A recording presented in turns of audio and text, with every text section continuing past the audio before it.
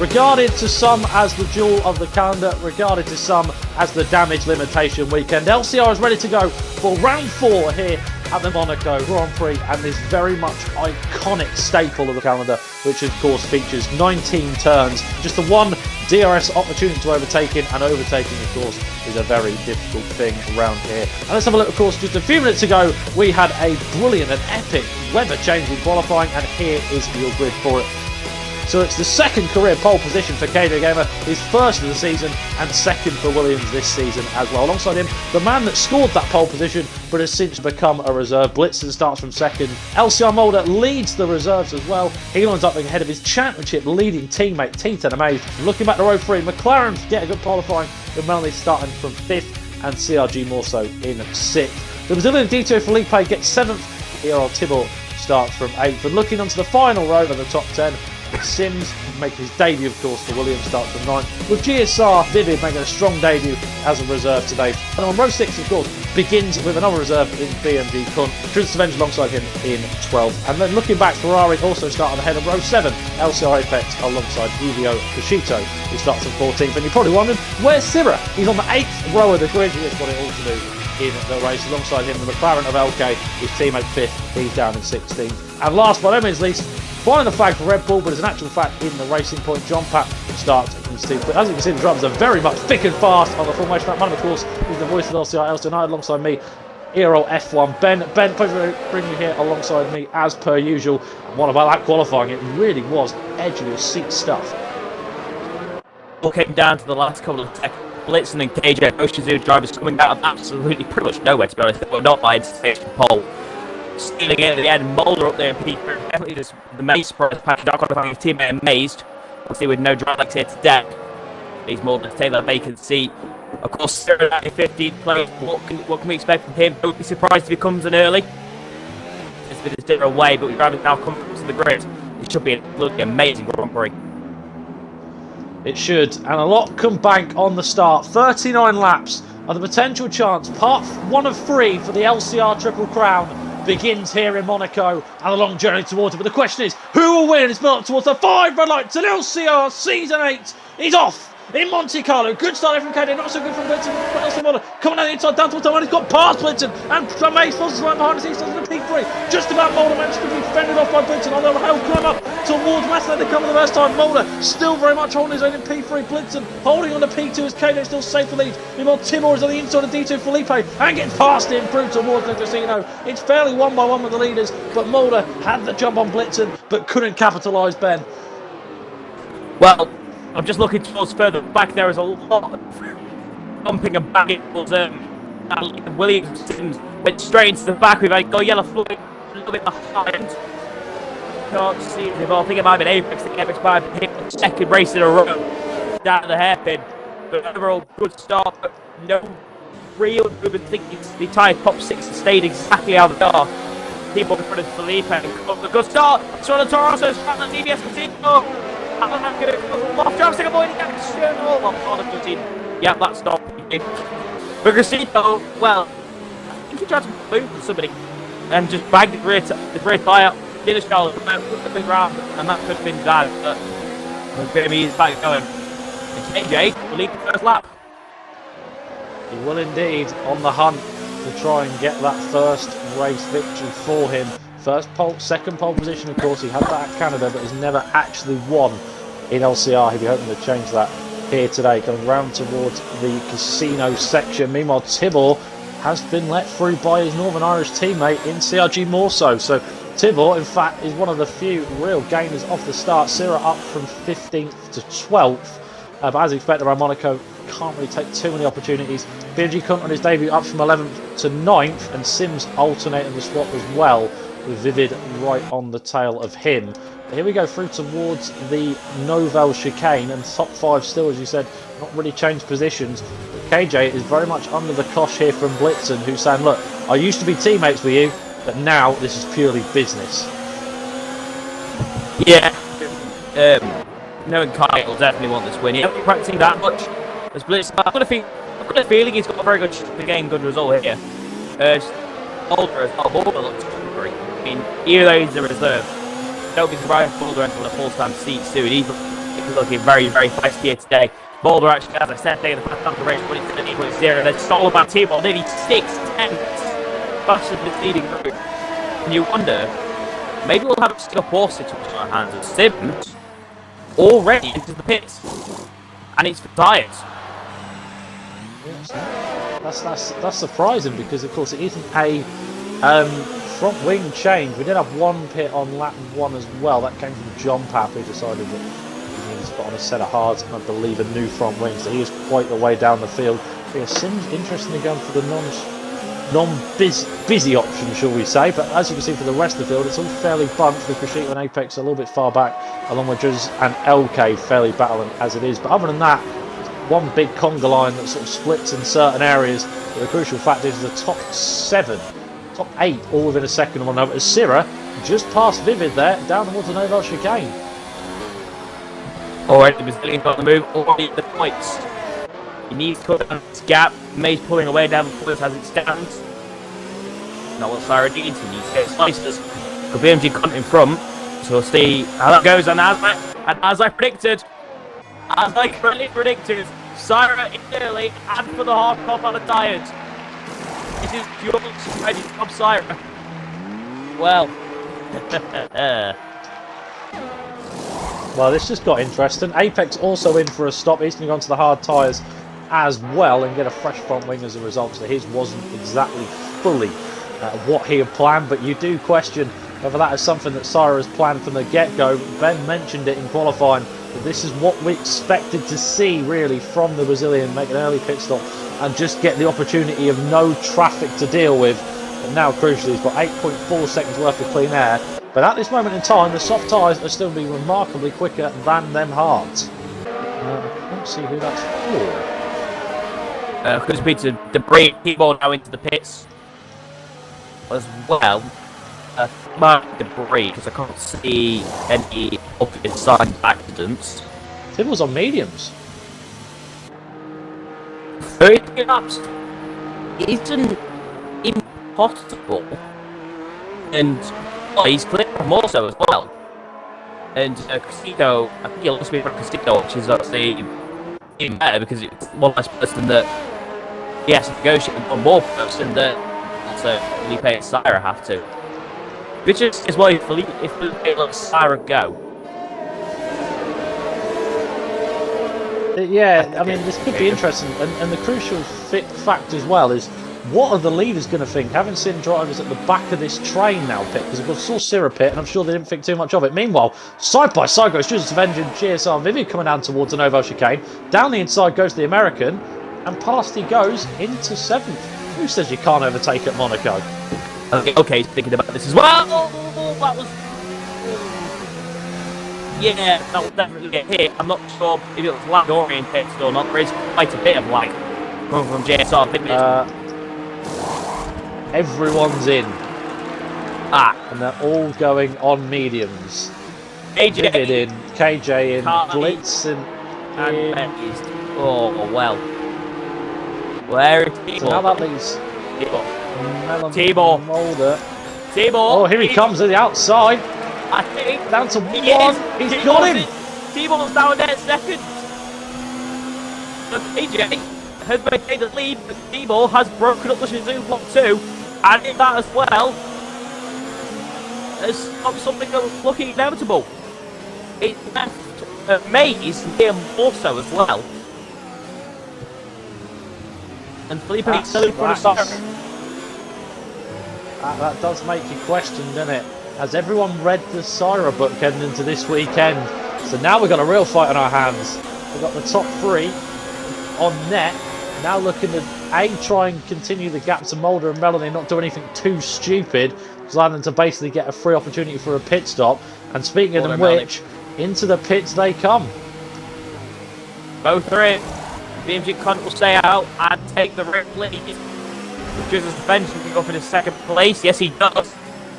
So, Osman Gaming will get the lead part of this race. There is Cage. Cage should be through any second now. There he goes. Mulder appears. T-Ball fast out of the race. Mulder slots out in front of his teammate. Yes, he does. Ooh. And he's still in front of that is going to frustrate Amazed to see his teammate just appear right in front of him.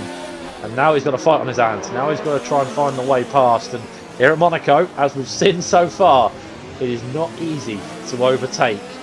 And the drivers are going to have their work cut out. But it's interesting that the two Renaults and the Alpha of more so picking the hards, but then the drivers ahead of them picking the mediums. So I suppose they're hoping that in the early stage of the stint, they'll pull away from the hard compound tyre runners and pull enough too far that when their tyres do burn out and the hards become better, that they're actually going to be too far in front. It's all kicking off now. Here comes Blitzen's opportunity. Tries to go left, right, couldn't pick. Drizz's and defensive down the inside towards an over chicane. Tries to squeeze him out to see the Ferrari. The Haas gets past, and now next on his hit list is Molden Amaze. And this is what you wondered. With the American staying out for so long, he was inevitably going to fall through the field and fall badly, second to sixth in just one lap, and maybe even further. Really depends now as well. Okay, on all medium time. Oh, contact! Wait, yeah, that's a problem. And Hayes was going to go Mulder. Mulder hold out. No, Maze is through. Sorry, Maze is through, but he's Mulder. The other way in the first sector, I think that might be Drizzers. I think it's John actually. Is it? Oh, yeah. That's incredibly flat. Yes, that's not a good thing after 11. We're on lap 11. When did that happen? It's really close to him now. Will we have a safe car? Amazingly enough. Oh, no, again! Seymour again with the late move. Gets it done. And Blitzen again has to stay behind.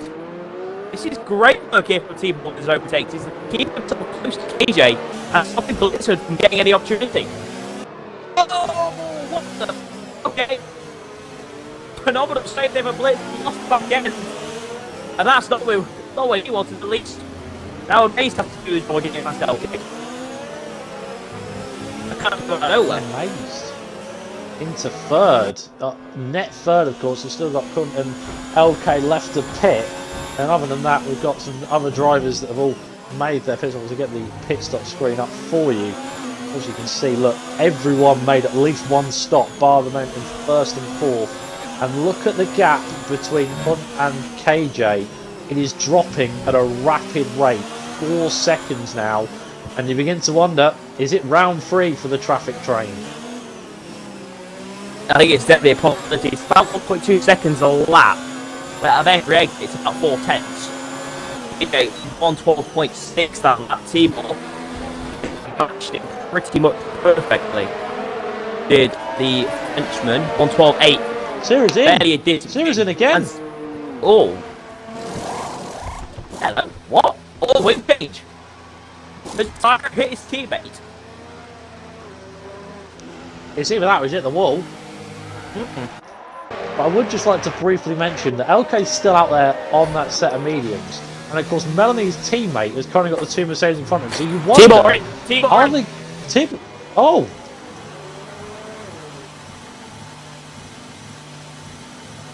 LK's in. Okay, Front wing change. Bold. Ah! He might have hit the back of KJ. I don't think we've got that. We didn't need to move and race to make contact. And to tell the position of LK, is he going to put a bit of contact? I think he will do. Yes, he will. Pretty comfortably. Same with LK. So medium time for T-Ball, how you go chasing through the field? I think he should be able to, but that's not what he expected. And GSR Vividito Felipe CRG more so, and then he's got the train that he originally was in. And you look at the time he's lost, and because of the VSC, that he's not lost a lot at all. I've just received a message from Blitzen.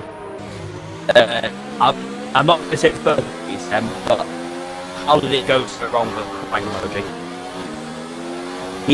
He's devastated, I think, which is... It's a massive shame for him, but... Still sitting goes to show what's going on in KJ. That was a 7-second lead. Yeah, this could be KJ's time.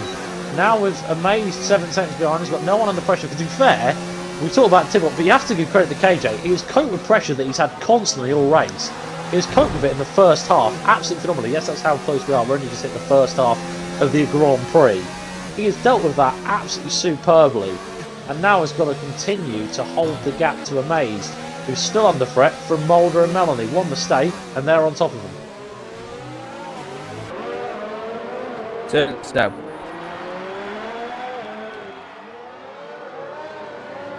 So there's T-Ball has taken so much out of Vivid. More so. Already, it's pretty comfortable as to Vivid. But it's taking a lot of the curve and then there's mounting it like dogs in the car. Oh! Siren's gone. Cyrus, second time of the season. Here goes Tibble to the inside of Vivid. He lets him go, really. And Tibble now into 7th. And next on his hit list, DTO Felipe. Still versus France. No, it's a what actually happened. Let's get out right now. There we go. Felipe will go defensive. Around the outside. Doesn't really work at that cat, I'll be honest. But it's probably never actually happened ever. Oh, well, lots of laggers. Syro in succession. The LCR Apex, I think, more after over a post. Don't really know what's left to that. Felipe. Oh, what a move! Side of turn 1. People takes the position. What a great move. This man's got a real fire in his eyes here in Monaco. And next on his hit list is his teammate now, CRG Morso. He dispatches that. And then with 19 laps to go, it's only 9 seconds up to the road that he actually was to train originally with. So you do, well, actually, he was originally ahead of that by about 7 seconds. But that was the train that really he's worried about. Meanwhile, Mulder got very close to his teammate, judging by the timing screens. Coming down towards the Novo chicane. Tibble is let go by his teammate. So now he's got to hunt down this pack ahead of him. 3 cars, 2 Mercedes, 1 McLaren. And I guarantee Melanie probably wasn't expecting to see that name come up so soon. Yeah, Melanie probably not very happy to see that, to be fair. But we'll see how it goes for him. Mulder, I don't think Mulder cares about winning the team, to be honest. In fact, he's going to go for it here. It's a matter then on the inside. They make contact. Oh, they're out! I was talking about he would have been a team game. He went for a bold move and made the race fine. Hasn't paid off for the Mercedes story of 2021. And it's damage for Mulder. And well, if T-Ball doesn't disperse for him, he says T-Ball is now the question for this race win. Down the inside goes the Frenchman. He will not want to make that move there. Actually, just have penalties. Yes, he does. He has a single one. Oh, he's down inside towards Mirabeau. Squeezes him off into the wall. He's gone into the wall. He just tippy tapped the wall, and crucially, Tibble is ahead. But in fact, he's actually going to let him back through, and that is some quality sportsmanship. Well done, Melanie. Sorry, T-Ball. Letting Melanie back through after that. Yeah, great by him, actually. Record so full. It's not a point where you really can go too wide. We've seen big instance there. Big punt of the section. I knew it was running guy. Oh no. More disconnections here today. Again, I can't invite it, which is again another issue. Usually the reason for struggles around this circuit is because people crash. It's the internet that has crashed today, more or less more times than the actual game itself and the drivers around here.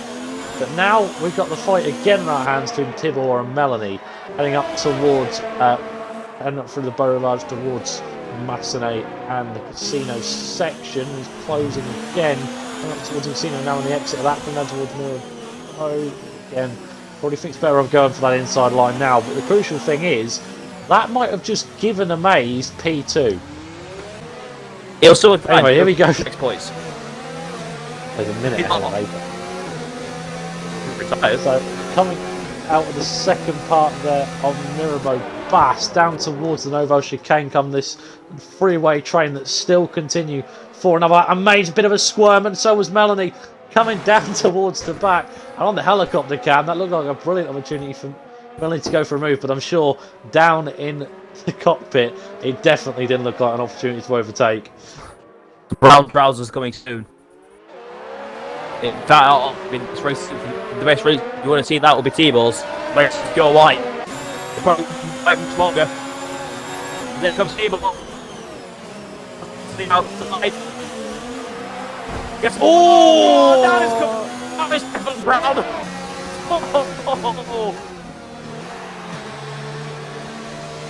And that is very much psychology game tip for Melanie, because Thibault has buckled because of what Melanie has been doing. Back, though. But look at how much is Amazed is there. Oh, he's gone deep! Oh, Amazed's gone deep! Melanie takes full advantage! Towards the chicane and the hairpin! I don't believe it! I think Amazed's having turning issues. He's not turning on that hairpin at all. Is it a puncture, is it? I don't know. No, I don't think it's a puncture. I think his time is just absolutely finished. I'm just looking at them. To be honest, they look like they've done 27,000 miles. Probably more than that. They've done the entire team of 24 hours the wall. Right, the Monte Carlo and the Indy 500. They are absolutely demolished. And he's still got to last 2 more laps with them. This could be vital. Out of nowhere. This could be volatile. That's why I had to laugh. But here comes Thibault down to 1. Trying to pick the inside, couldn't quite now on the hill climb towards Massenet. Outside, he squeezed! Oh. We've seen one of those matches this week, myself and friends. It's kind of the exact same fashion. He'll try to go side by side. 2 cars don't make 1 corner. Unfortunately, that's here. That did make sense, so I don't care. Police put together. Meldon's just gone to see a bit, mate. Well, can't be asked with you two. The 2-second gap. Will Thibault go? There was again. Amazed defense. Thibault to the outside. Oh, he's in the wall! That was very. Oh, that was. I might have been squeezed in. I think they definitely came over. Oh. We're not supposed to pass judgment here. I think that was Amazed's fault. He definitely moved over on T-ball. I don't think there's any damage present though on the Alfa Romeo, which is fortunate. But now these two are about to come together again, and I fear that this is last lap. This is weaving. That's not happening. And that's a visual signal of Sacre Blanc. I'm just being French.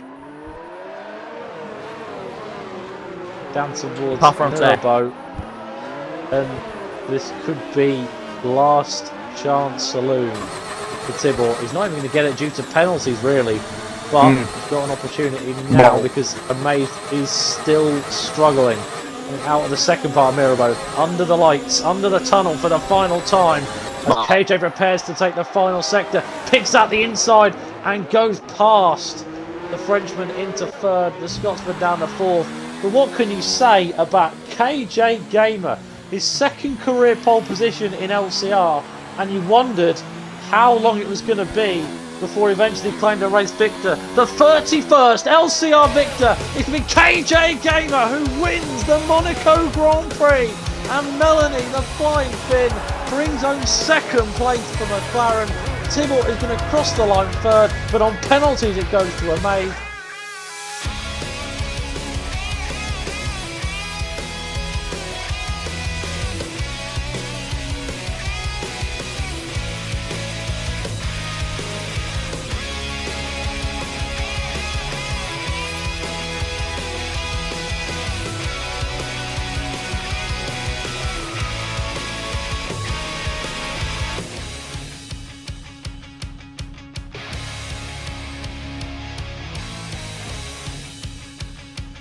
After 48 minutes of flat-out racing, KJ Gamer is the only man to really stay in the position that he begun. It's P1 to 25 points for the Williams driver. Melody celebrates second, with T10 Amazed coming home in third. Tibort started from 8th, had it all to do, and doing that two-stop strategy, it very nearly all paid off. In the end, has to settle for P4. Sergio Morso finishes home in P5 in the Emedito Felipe coming home in P6. Elio Crescito finishes in 7th and 14th, with LK from the very back of the field in 16th, other than John Pat, to come home in 8th. 7-8 for the French. 9th and 10th go to America. Vivian makes a strong debut after loads of penalties, though drops back from where he was finished. As this event rounds up the points, we had 2 finishes outside the top 10. LCR Apex still yet to score a point all season, and John Pat. DNS, the BMG Con, LCR Mulder, Jesus Sierra, Blitzen and Sims all didn't see the checkered flag. There we have it, the Monte Carlo Grand Prix put into the books, and well, another instant classic at this iconic circuit. And for myself and Ben, of course, thank you very much for your support, and we'll see you same time, same place next week in the streets of Baku, Azerbaijan. Thank you again, and goodbye.